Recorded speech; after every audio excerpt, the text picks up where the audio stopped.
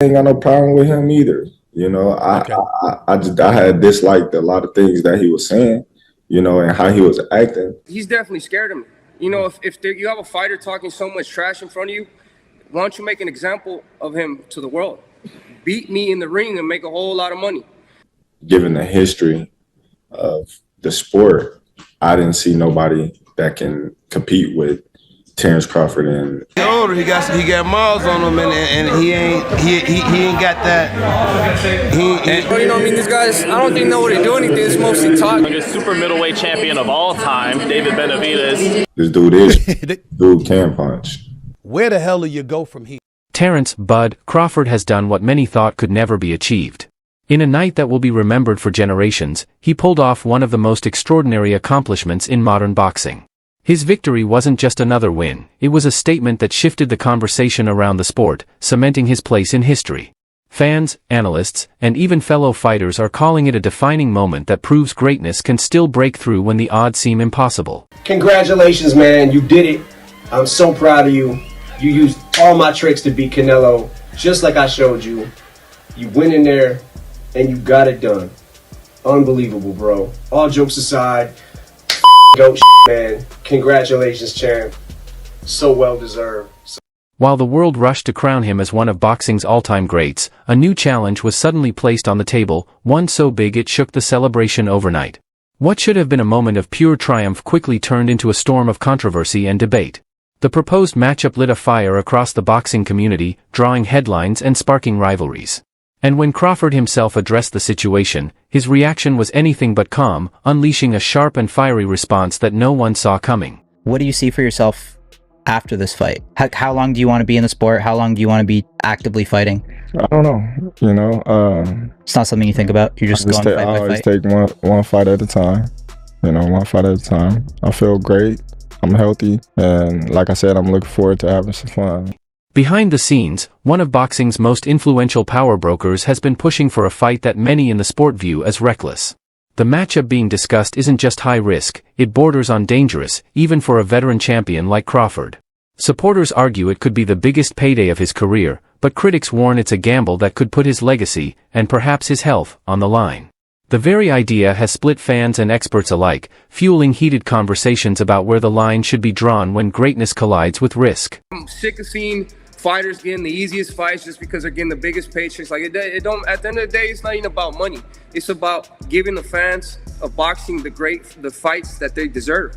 They're paying the money at the end of the day, so fuck. Let's go to war. Let's do what these people want to see us do, and let's go to war and may the best man win. I wasn't gonna go down to 168, but now the question is. The real question isn't just about the fight itself, it's about why it's being pushed so aggressively, and what that says about the hidden forces shaping boxing from the shadows. Crawford's daring leap to 168 pounds was already a massive gamble, yet it paid off in a way few could have predicted. When he squared off against Canelo Alvarez, the stage was nothing short of monumental. Veteran commentator John Onike even declared it the biggest live sporting event he had ever covered.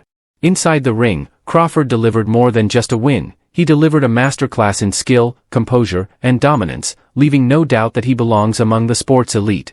That performance didn't just rewrite expectations, it exposed just how far the powers behind boxing are willing to push the boundaries in pursuit of spectacle and control. I mean, you know, if legacy is something for him, he's got to win one of those two fights, don't you think? Yeah, I think in order to prove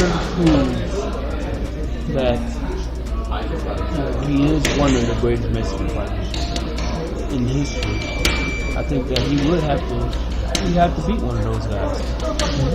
You know, and the only person that he hasn't fought is Benavidez,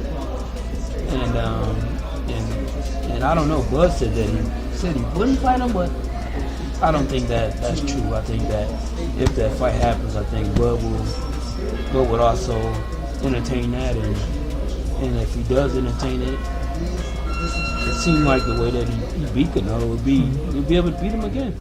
The world witnessed Crawford dismantle a living legend, walking away with a unanimous decision victory that felt inevitable by the final bell. But the true story wasn't just that he won, it was the manner in which he did it. Observers quickly pointed out that Canelo's style had grown predictable, leaning too heavily on single, heavy shots delivered in a slow rhythm. Crawford, always the strategist, turned that weakness into an opportunity. With impeccable timing, sharp counters, and constant adjustments, he controlled the fight from start to finish. It was a clinic in intelligence over brute force, proving once again that mastery of the sport goes far beyond raw power. He older. He got miles on him, and he ain't got that. And B-side, when you asked me, you said, how would you beat him, Lonnie B? What'd I tell you? This is the same thing. You'll keep the jab on him, keep sticking the jab, moving and touching him with the right hand and just turning him on angles. And throwing punches. That's how I just throw punches at him. Yeah. And I said level to the body because that's open for him all night. You said he ain't got the movement no more. You said he ain't, Former UFC champion Kamaru Usman added a striking observation. The ruthless, intimidating version of Canelo that once terrified opponents was nowhere to be found. In his view, the Mexican superstar had lost that psychological weapon, the edge that often won fights before the first punch was thrown. Crawford capitalized on that absence, delivering not just a win but a complete dismantling. The outcome wasn't only about one night, it rewrote the record books. With this triumph, Crawford became the first male boxer in history to hold undisputed titles across 3 different weight divisions. It's a feat that secures his place in the sport's rarest company, transforming his name from champion to legend. Thank all my fans here that support me. I want to thank. This is bigger than the norm, because I want to thank my urban community.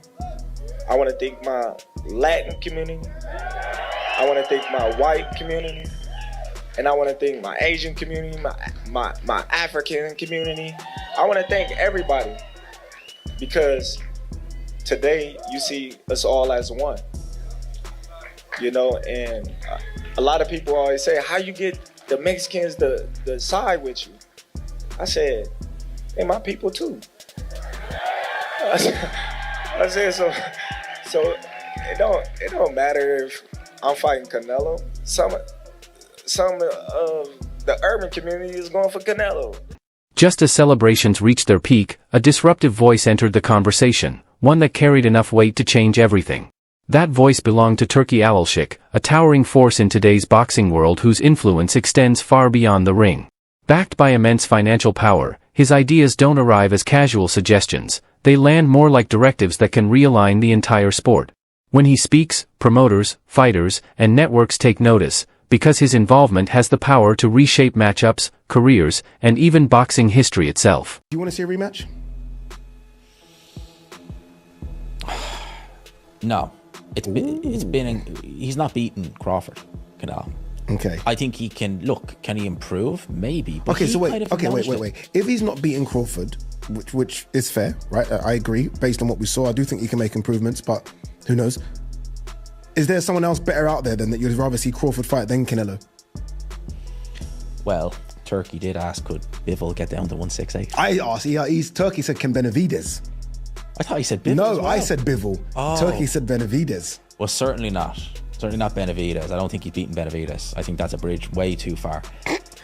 I think a lot of things too far. But could you just imagine if Bivol could, the skill we'd see in that fight? Yeah. The rounds between Canelo and Crawford went by like that. They'd be the same against those two. That'd be epic. Not long after Crawford's historic victory, Turki AlalSheikh floated what he considered the natural next step for the new king of the 168-pound division, a clash with David Benavidez. The suggestion was delivered casually, but its weight was undeniable. For many in the sport, this wasn't just another fight idea, it was a provocation that could set the stage for one of the most dangerous matchups of Crawford's career. In a single move, AlalSheikh shifted the conversation from celebration to speculation, forcing fans and analysts to consider whether Crawford's greatest triumph might immediately be followed by his greatest risk. Out here, Kamaru, Terence Crawford versus the Mexican monster, David Benavidez. I knew it was coming. He was the mandatory for Canelo. Oh my God. Relax. What's up? The scariest guy in the division. He's not in the division. He said he could still make 168 pounds. Dude. The reason why he went up because nobody wants to fight him. That's a big dude. And to be honest, Terence Crawford's 37 years old. It's about merit. Could I get to the generational talent, as he said, with Manny Pacquiao? He's an 8-division world champ. If it ain't no big name, Terence, do what you do. The moment the proposal surfaced, it sent shockwaves through the boxing community.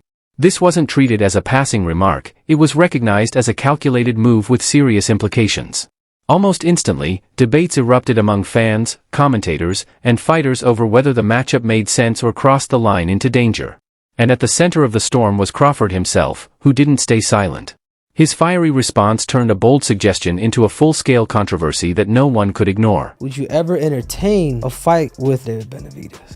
You gotta understand. I gotta ask you, bro, because I can't, you know? My thing is, Benavidez is a big dude. Not to say I won't fight him. I fought his brother. His brother was big when I fought him. The only reason why I entertain Canelo is because he's not a big dude. He might be thick, but he's not a big dude. Benavidez is like 6 foot something. Then he gonna come in 190, 200 probably. You know what I mean? Like, you never know. Like, that's a big dude. And he's skilled. I might as well go to heavyweight if I fight Benavidez. Yeah, I understand what you're looking at. You're like, you know what? You just size him up. Yeah. You just size him up, especially when you're going into a bigger weight class like that. You size him up and you see your advantages.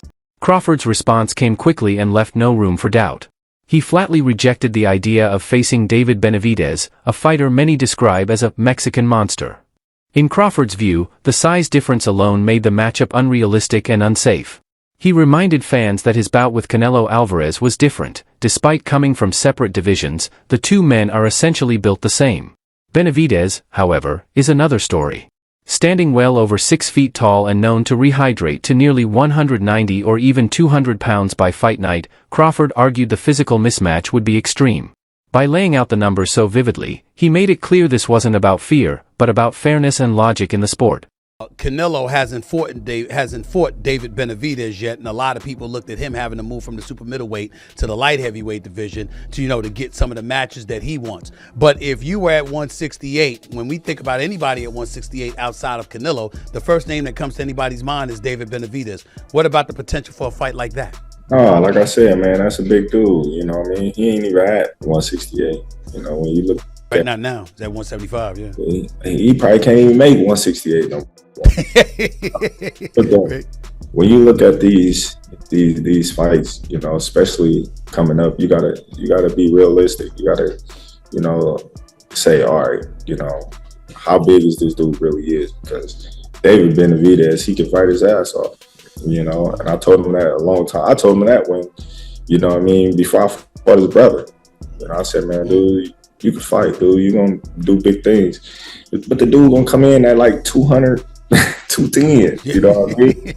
I get why Canelo, was like, I don't need to fight this dude because, one, he can take a punch. He gonna come in there and gonna just lay on you and bulldoze you, Right. And Canelo just don't want that, work. But me personally, I believe in my skills and my ability that I can beat anybody.